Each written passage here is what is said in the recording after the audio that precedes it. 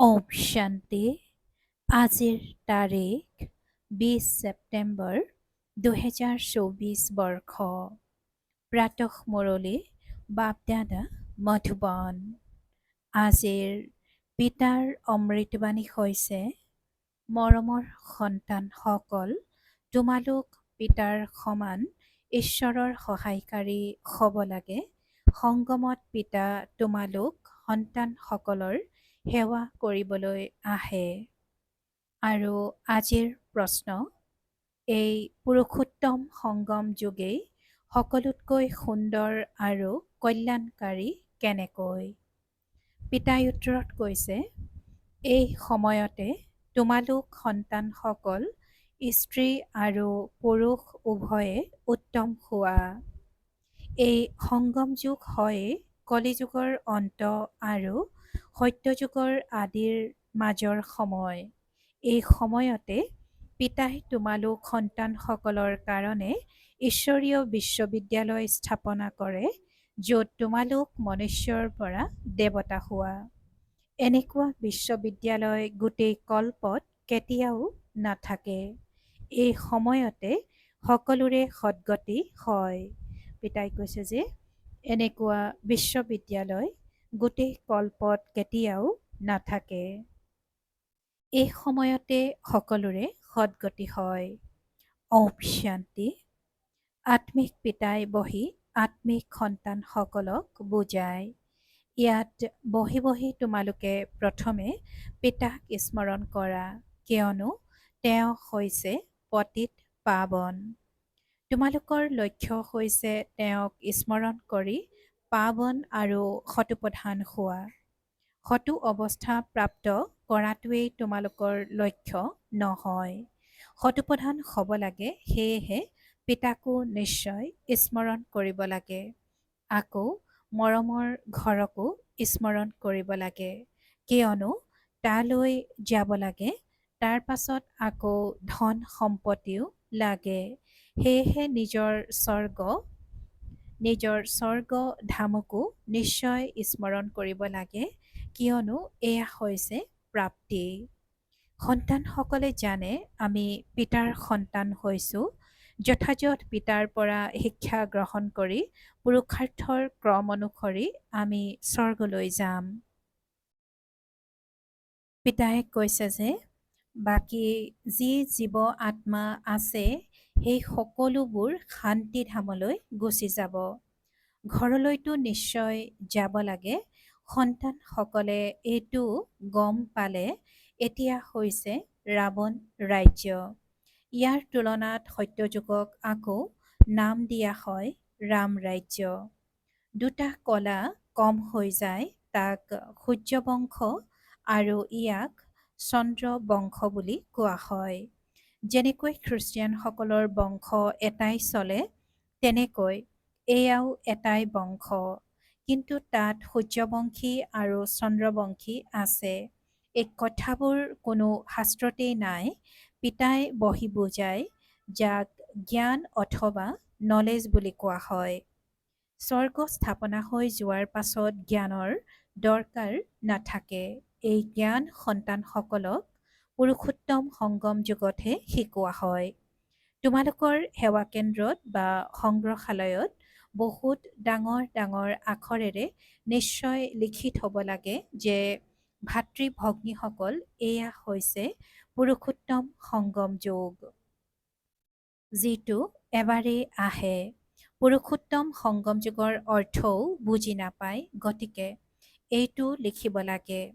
কলিযুগৰ অন্ত আৰু সত্যযুগৰ আদিৰ সংগম, গতিকে সংগম যুগ সকলোতকৈ সুন্দৰ কল্যাণকাৰী হৈ যায়। পিতায়ো কয়, মই পুৰুষোত্তম সংগম যুগতে আহোঁ, সেয়েহে সংগম যুগৰ অৰ্থও বুজাইছে। বেশ্যালয়ৰ অন্ত, শিৱালয়ৰ আৰম্ভণি, ইয়াকে কোৱা হয় পুৰুষোত্তম সংগম যুগ। ইয়াত সকলো বিকাৰী, তাত সকলো নিৰ্বিকাৰী। গতিকে নিশ্চয় উত্তম বুলি নিৰ্বিকাৰীকে কোৱা হ'ব নহয়। পুৰুষ আৰু স্ত্ৰী দুয়ো উত্তম, সেইকাৰণে নামেই হৈছে পুৰুষোত্তম। এই কথাবোৰ পিতা আৰু তোমালোক সন্তানসকলৰ বাহিৰে অন্য কোনেও নাজানে যে এয়া সংগম যুগ। কাৰো খেয়ালতো নাহে যে পুৰুষোত্তম সংগম যুগ কেতিয়া হয়। এতিয়া পিতাৰ আগমন হৈছে, তেওঁ হৈছে মনুষ্য সৃষ্টিৰ বীজৰূপ। তেওঁৰে ইমান মহিমা, তেওঁ হৈছে জ্ঞানৰ সাগৰ, আনন্দৰ সাগৰ, পতিত পাৱন। জ্ঞানেৰে সদ্গতি কৰে। এনেকৈ তোমালোকে কেতিয়াও নোকোৱা যে ভক্তিৰে সদ্গতি হয়। জ্ঞানেৰে সদ্গতি হয় আৰু সদ্গতি হয়েই সত্যযুগত। তেন্তে নিশ্চয় কলিযুগৰ অন্ত আৰু সত্যযুগৰ আদি সংগমত আহিব। কিমান স্পষ্টকৈ পিতাই বুজায়, কিমান স্পষ্টকৈ পিতাই বুজায়। নতুনো আহে আৰু হুবহু যেনেকৈ কল্পই কল্পই আহে, আহি থাকে। ৰাজধানী এনেকৈয়ে স্থাপনা হ'ব। তোমালোক সন্তানসকলে জানা যে আমি সঁচাকৈয়ে ঈশ্বৰৰ সহায়কাৰী হওঁ। এজনক জানো পঢ়াব, এজনে পঢ়ে আকৌ তেওঁৰ দ্বাৰা। তোমালোকে পঢ়ি আনকো পঢ়োৱা। সেইকাৰণে ইয়াত এয়া ডাঙৰ বিশ্ববিদ্যালয় প্ৰতিষ্ঠা কৰিবলগীয়া হয়। গোটেই জগতত অন্য কোনো বিশ্ববিদ্যালয় নাই। জগতত কোনেও এইটো নাজানে যে ঈশ্বৰীয় বিশ্ববিদ্যালয়ো আছে। এতিয়া তোমালোক সন্তানসকলে জানা যে গীতাৰ ভগৱান শিৱ আহি এই বিশ্ববিদ্যালয় প্ৰতিষ্ঠা কৰে। নতুন সৃষ্টিৰ মালিক দেৱী দেৱতা কৰি তোলে। এই সময়ত আত্মা যি তমোপ্ৰধান হৈ গৈছে, পুনৰ সেই আত্মাসকলেই সতোপ্ৰধান হ'ব লাগে। এই সময়ত সকলো তমোপ্ৰধান নহয় জানো? যদিও কোনোবা কুমাৰো পবিত্ৰ হৈ থাকে, কুমাৰীও পবিত্ৰ হৈ থাকে, সন্যাসীও পবিত্ৰ হৈ থাকে, কিন্তু আজিকালি সেই পবিত্ৰতা নাই। প্ৰথমে যেতিয়া আত্মা আহে তেতিয়া পবিত্ৰ হৈ থাকে, পাছত অপবিত্ৰ হৈ যায়। কিয়নো তোমালোকে জানা, সতোপ্ৰধান সতো ৰজো তমো অৱস্থাৰ মাজেৰে সকলোৱে পাৰ হ'ব লাগে, অন্ততঃ সকলো তমোপ্ৰধান হৈ যায়। এতিয়া পিতাই সন্মুখত বহি বুজায়, এই বৃক্ষজোপাৰ তমোপ্ৰধান জৰ্জৰিত অৱস্থা হৈ গ'ল, পুৰণি হৈ গ'ল, সেয়েহে নিশ্চয় ইয়াৰ বিনাশ হোৱা উচিত। এয়া হৈছে বিভিন্ন ধৰ্মৰ বৃক্ষ, সেইকাৰণে কয় বিৰাট লীলা। কিমান বৃহৎ বেসদৰ বৃক্ষ, সেয়াটো জড় বৃক্ষ, যি বীজ ৰোপণ কৰা হয়। যি বীজ ৰোপণ কৰা হয়, সেই বৃক্ষই ওলায়। এয়া আকৌ হৈছে বিভিন্ন ধৰ্মৰ বিচিত্ৰ চিত্ৰ। সকলো মনুষ্যই হয়, কিন্তু তাত ভিন্নতা বহুত আছে। সেইকাৰণে বিৰাট লীলা বুলি কোৱা হয়। সকলো ধৰ্ম কেনেকৈ ক্ৰমান্বয়ে আহে, এয়াও তোমালোকে জানা। পিতাই কৈছে যে সকলো ধৰ্ম কেনেকৈ ক্ৰমান্বয়ে আহে, এয়াও তোমালোকে জানা। সকলোৱে যাব লাগে, পুনৰ আহিব লাগে। এই ড্ৰামাখন ৰচি থোৱা আছে। এইখনো চমৎকাৰ ড্ৰামা। চমৎকাৰ এয়াই যে ইমান সূক্ষ্ম আত্মা বা পৰম আত্মাত কিমান ভূমিকা নিহিত হৈ আছে। পিতাই কৈছে যে এইখনো চমৎকাৰ ড্ৰামা। চমৎকাৰ এয়াই যে ইমান সূক্ষ্ম আত্মা বা পৰম আত্মাত কিমান ভূমিকা নিহিত হৈ আছে। পৰম আৰু আত্মা একেলগে পৰমাত্মা বুলি কোৱা হয়। পৰম আৰু আত্মা একেলগে পৰমাত্মা বুলি কোৱা হয়। তোমালোকে তেওঁক বাবা বুলি কোৱা, কিয়নো সকলো আত্মাৰ তেওঁ হৈছে পৰম পিতা। সন্তানসকলে জানে আত্মাইহে সকলো ভূমিকা পালন কৰে। মনুষ্যই এইটো নাজানে। তেওঁলোকেতো কৈ দিয়ে আত্মা নিৰ্লেপ। বাস্তৱত এনেকৈ কোৱাটো ভুল। এইটো ডাঙৰ ডাঙৰ আখৰেৰে লিখি দিব লাগে। আত্মা নিৰ্লেপ নহয়। আত্মাই যেনেকৈ ভাল বা বেয়া কৰ্ম কৰে, সেই অনুসৰি ফল পায়। বেয়া সংস্কাৰেৰে পতিত হৈ যায়, সেইবাবেতো দেৱতাসকলৰ আগত গৈ তেওঁলোকৰ মহিমা গায়। এতিয়া তোমালোকে 84 জন্মৰ বিষয়ে জানিলা, আন কোনো মনুষ্যই নাজানে। তোমালোকে তেওঁলোকক 84 জন্ম সিদ্ধ কৰি শুনালে, তেতিয়া তেওঁলোকে কয়, এই শাস্ত্ৰ আদি সকলো মিছা নেকি? কিয়নো তেওঁলোকে এনেকৈ শুনিছে যে মনুষ্যই 84 লাখ যোনি হয়, যোনি লয়। পিতাই কৈছে যে কিয়নো তেওঁলোকে এনেকৈ শুনিছে যে মনুষ্যই 84 লাখ যোনি লয়। এতিয়া পিতাই বহি বুজায়। বাস্তৱত সকলো শাস্ত্ৰৰ শিৰোমণি হৈছে গীতা। পিতাই এতিয়া আমাক ৰাজযোগ শিকাই আছে, যিটো ৫,০০০ বছৰ পূৰ্বে শিকাইছিল। তোমালোকে জানা যে আমি পবিত্ৰ আছিলোঁ, পবিত্ৰ গৃহস্থ ধৰ্ম আছিলোঁ। এতিয়া ইয়াক ধৰ্ম বুলি কোৱা নহয়। অধৰ্মী হৈ গৈছে, অৰ্থাৎ বিকাৰী হৈ গৈছে। এই খেলখন তোমালোক সন্তানসকলে বুজি পাইছা, আৰু এয়া হৈছে বেসদৰ ড্ৰামা, যিখন প্ৰত্যেক ৫,০০০ বছৰৰ পাছত পুনৰাবৃত্তি হৈ থাকে। লাখ লাখ বছৰৰ কথাটো কোনেও বুজিবও নোৱাৰে। এয়া যেন কালিৰ কথা। তোমালোক শিৱালয়ত আছিলা আৰু আজি বেশ্যালয়ত আছা। আকৌ কালিলৈ শিৱালয়ত থাকিবা। পিতাই কৈছে যে আকৌ কালিলৈ তোমালোক শিৱালয়ত থাকিবা। সত্যযুগক কোৱা হয় শিৱালয় আৰু ত্ৰেতাক কোৱা হয় অৰ্ধ। ইমান বছৰ তাত থাকিবা। পুনৰ্জন্মটো আহিবই লাগে। পিতাই কৈছে যে পুনৰ্জন্মটো আহিবই লাগে। ইয়াক কোৱা হয় ৰাৱণৰ ৰাজ্য। তোমালোক আধাকল্প পতিত হলা, আৰু এতিয়া পিতাই কয় গৃহস্থালীত থাকি পদুম ফুলৰ সমান পবিত্ৰ হোৱা। কুমাৰ আৰু কুমাৰীটো ক্ষয় পবিত্ৰ। তেওঁলোকক আকৌ বুজোৱা হয়, এনেকুৱা গৃহস্থত পুনৰ যাব নালাগে, যাৰ বাবে আকৌ পবিত্ৰ হোৱাৰ পুৰুষাৰ্থ কৰিবলগীয়া হয়। পিতাই কৈছে যে তেওঁলোকক আকৌ বুজোৱা হয়, এনেকুৱা গৃহস্থত পুনৰ যাব নালাগে, যাৰ বাবে আকৌ পবিত্ৰ হোৱাৰ পুৰুষাৰ্থ কৰিবলগীয়া হয়। ভগৱানুবাচ, অৰ্থাৎ ভগৱানে কয় যে পবিত্ৰ হোৱা, গতিকে বেসদৰ পিতাৰ কথা মানিব নালাগে জানো? তোমালোক গৃহস্থালীত থাকি পদুম ফুলৰ দৰে থাকিব পাৰা, তেন্তে আকৌ সন্তানসকলক পতিত হ'বলৈ অভ্যাস কিয় কৰোৱা? যিহেতুকে পিতাই ২১ জন্মৰ কাৰণে পতিত হোৱাৰ পৰা ৰক্ষা কৰে। ইয়াত লোক লাজ কুলৰ মৰ্যাদাও এৰিব লাগে। এয়া হৈছে বেসদৰ কথা। অবিবাহিত অৰ্থাৎ কুমাৰ সকলো ধৰ্মতে বহুত থাকে। পিতাই কৈছে যে অবিবাহিত অৰ্থাৎ কুমাৰ সকলো ধৰ্মতে বহুত থাকে, কিন্তু নিজক বচাই চলাটো অলপ কঠিন। তথাপিও ৰাৱণ ৰাজ্যত থাকে নহয়। বিদেশতো এনেকুৱা বহুত মনুষ্যই বিয়া নাপাতে, পাছত অন্তিম সময়ত সংগীৰ কাৰণে পাতি লয়। আখৰিক দৃষ্টিৰে নকৰে, এনেকুৱা জগতত বহুত আছে। পুৰা তত্বাৱধান লয়, পাছত যেতিয়া মৰি যায় তেতিয়া তেওঁক অৰ্থাৎ সংগীক কিবা দি থৈ যায়। কিছু দান পুণ্যত লগাই নিধি গঠন কৰি থৈ যায়। বিদেশতো ডাঙৰ ডাঙৰ নিধি আছে, যিবোৰে আকৌ ইয়াতো সহায় কৰে। ইয়াত এনেকুৱা নিধি নাই যিয়ে বিদেশকো সহায় কৰিব। ইয়াততো দুখীয়া নিচলাহে আছে, যি সহায় কৰিব। তাততো তেওঁলোকৰ ওচৰত বহুত ধন আছে। ভাৰততো গৰীব নহয় জানো? ভাৰতবাসীৰ কি অৱস্থা হৈছে? ভাৰত কিমান উচ্চ শিৰৰ মুকুট আছিলা। কালিৰ কথা নিজেও কয় ৩,০০০ বছৰ পূৰ্বে স্বৰ্গ আছিল। পিতাইহে স্থাপনা কৰে। তোমালোকে জানা পিতা কেনেকৈ পতিতক পাৱন কৰি তুলিবলৈ ওপৰৰ পৰা তললৈ আহে।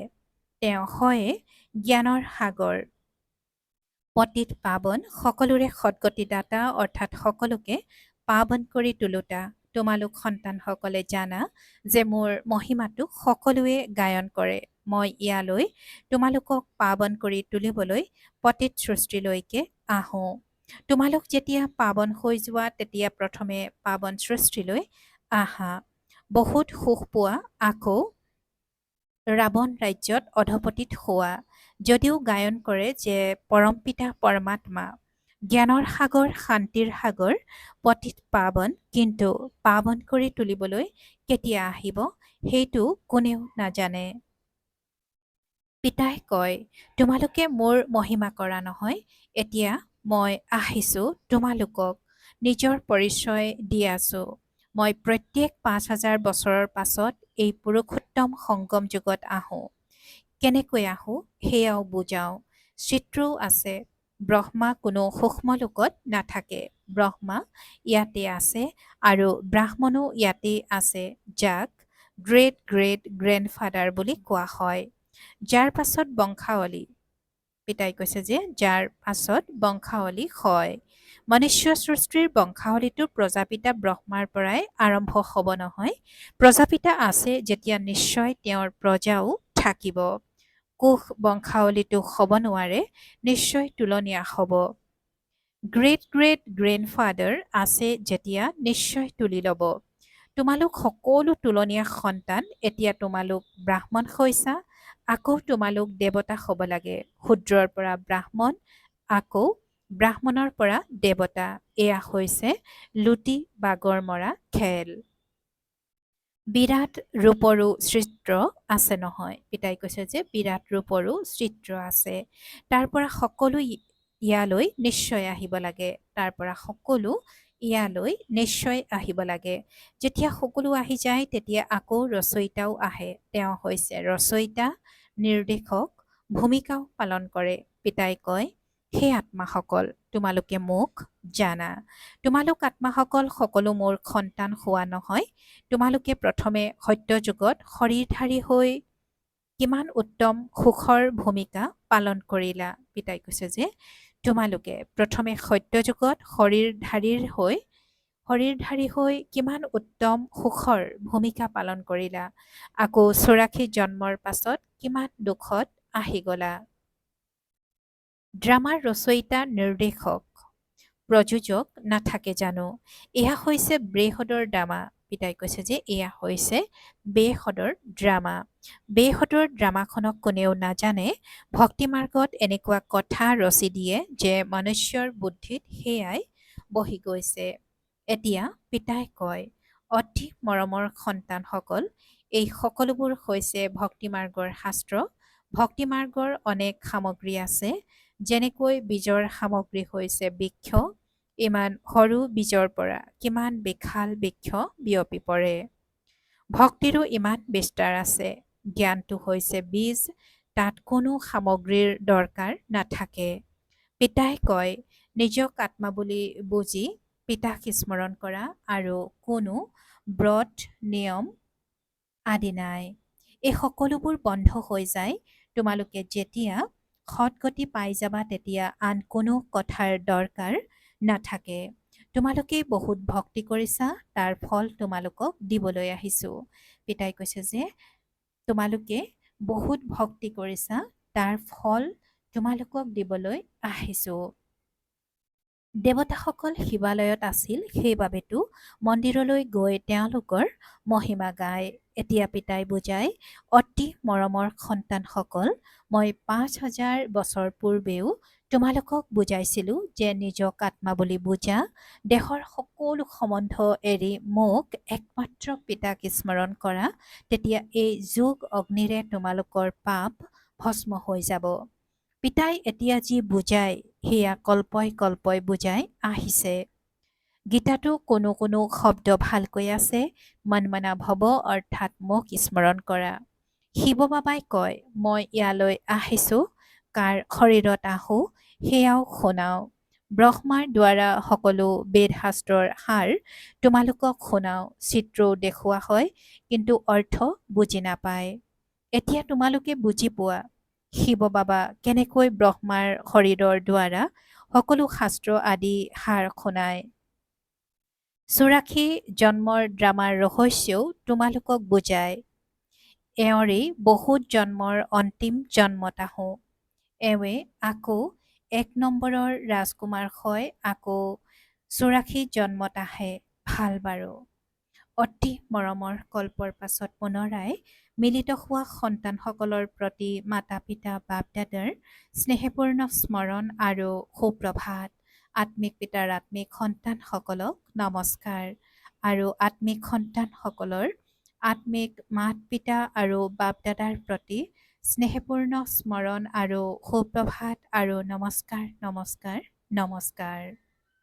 আৰু আজিৰ ধাৰণাৰ বাবে মুখ্য সাৰ প্ৰথমতে, এই ৰাৱণ ৰাজ্যত থাকি পতিত লোক লাজ কুলৰ মৰ্যাদা এৰি বেহদৰ পিতাৰ কথা মানিব লাগে। এই ৰাৱণ ৰাজ্যত থাকি পতিত লোক লাজ কুলৰ মৰ্যাদা এৰি বেহদৰ পিতাৰ কথা মানিব লাগে। গৃহস্থালীত পদুম ফুলৰ সমান হৈ থাকিব লাগে। দ্বিতীয়তে, এই বিচিত্ৰ বিৰাট লীলা ভালদৰে বুজিব লাগে। ইয়াত ভূমিকা পালন কৰোঁতা আত্মা নিৰ্লেপ নহয়, ভাল বেয়া কৰ্ম কৰে আৰু তাৰ ফল পায়। এইটো ৰহস্য বুজি শ্ৰেষ্ঠ কৰ্ম কৰিব লাগে। আৰু আজিৰ পিতাৰ বৰদান। পিতাৰ সংস্কাৰক নিজৰ প্ৰকৃত সংস্কাৰ কৰি লওঁতা শুভ ভাৱনা শুভ কামনাধাৰী হোৱা। পিতাৰ সংস্কাৰক নিজৰ প্ৰকৃত সংস্কাৰ কৰি লওঁতা শুভ ভাৱনা আৰু শুভ কামনাধাৰী হোৱা। আৰু আজিৰ বৰদানৰ ব্যাখ্যা এতিয়ালৈকে বহুত সন্তানৰ আৱেগ প্ৰৱণতাত অহাৰ, কাষৰীয়া কৰাৰ, পৰচিন্তন কৰাৰ বা শুনাৰ ভিন্ন ভিন্ন সংস্কাৰ আছে, যাক কৈ দিয়ে যে কি কৰোঁ, এয়া মোৰ সংস্কাৰ, এই মোৰ শব্দটিয়ে পুৰুষাৰ্থত ঢিলা কৰি দিয়ে। এয়া ৰাৱণৰ বস্তু। পিতাই কৈছে যে এয়া ৰাৱণৰ বস্তু, মোৰ নহয়। কিন্তু যি পিতাৰ সংস্কাৰ, সেয়াই ব্ৰাহ্মণৰ প্ৰকৃত সংস্কাৰ। সেই সংস্কাৰ হৈছে বিশ্ব কল্যাণকাৰী আৰু শুভ চিন্তনধাৰী, সকলোৰে প্ৰতি শুভ ভাৱনা শুভ কামনাধাৰী। আৰু আজিৰ শ্লোগান, যাৰ সামৰ্থ্য আছে তেওঁৱে সৰ্বশক্তিৰ সম্পদৰ অধিকাৰী হয়। যাৰ সামৰ্থ্য আছে তেওঁৱেই সৰ্বশক্তিৰ সম্পদৰ অধিকাৰী হয়। ওম শান্তি। ইচ্ছামাত্ৰম অবিদ্যা স্থিতিৰ অনুভৱ কৰিবলৈ আৰু কৰাবলৈ আজিৰ অব্যক্ত সংকেত। কেতিয়াও মাগোতা নহবা, কেতিয়াও মাগোতা নহবা। যিকোনো প্ৰকাৰৰ মাগোতাই নিজক তৃপ্ত আত্মা অনুভৱ নকৰিব। যিকোনো প্ৰকাৰৰ মাগোতাই নিজক তৃপ্ত আত্মা অনুভৱ নকৰিব। মহাদানীয়ে ভিক্ষাৰীৰ পৰা এটা নয়া পইচা লোৱাৰ ইচ্ছা ৰাখিব নোৱাৰে।